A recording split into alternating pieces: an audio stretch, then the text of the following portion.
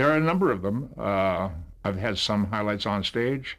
I've had some highlights on film. I've had some highlights as a writer, as a director. There are a number of them.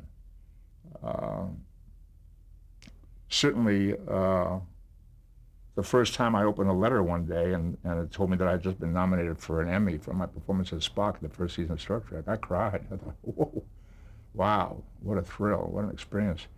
Particularly because the nominations are done by your fellow actors, and I thought they're getting it. They know what they can see what I'm doing, and they want to. It's an honor, a great honor, to get that letter in the mail. And then the second and third season as well. But the first time I got it, just really moved me deeply.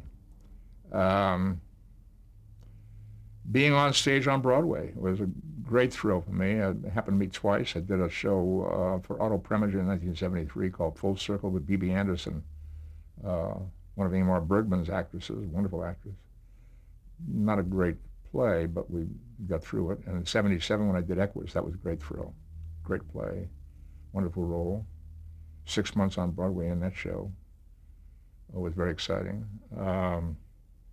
My directing was always interesting and challenging, but when I hit my stride with Star Trek 4, with a story that I had developed and I had great confidence in, and the movie was so well received and broke out of the Star Trek audience to a broader audience. I think the only one of the films still that has done that, that has gone into an audience that was non-Star Trek, and therefore is still the biggest grossing of all the Star Trek movies.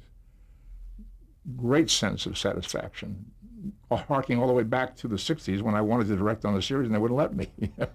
I thought, okay, guys, you see, this is what I wanted to do. And then Three Men and a Baby. 2 years in a row, I had never really had set out to be a director, but I found myself 2 years in a row having movies in the top 10 box office. Enormous. I couldn't believe it. I thought, look what can happen to you. I did a movie that was not very much appreciated after that, but I loved doing it. I still think it's an important movie. I did a movie called The Good Mother, starring Liam Neeson and Diane Keaton, and they were brilliant. Jason Robards was in it, and Ralph Bellamy, and Teresa Wright, and what a cast!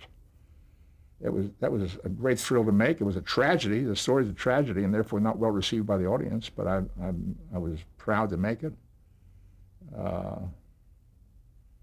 My present life with my wife has turned into an experience that I'd never dreamed could be so fulfilling. I had 2 great kids, 5 great grandchildren. So I've had a pretty good ride.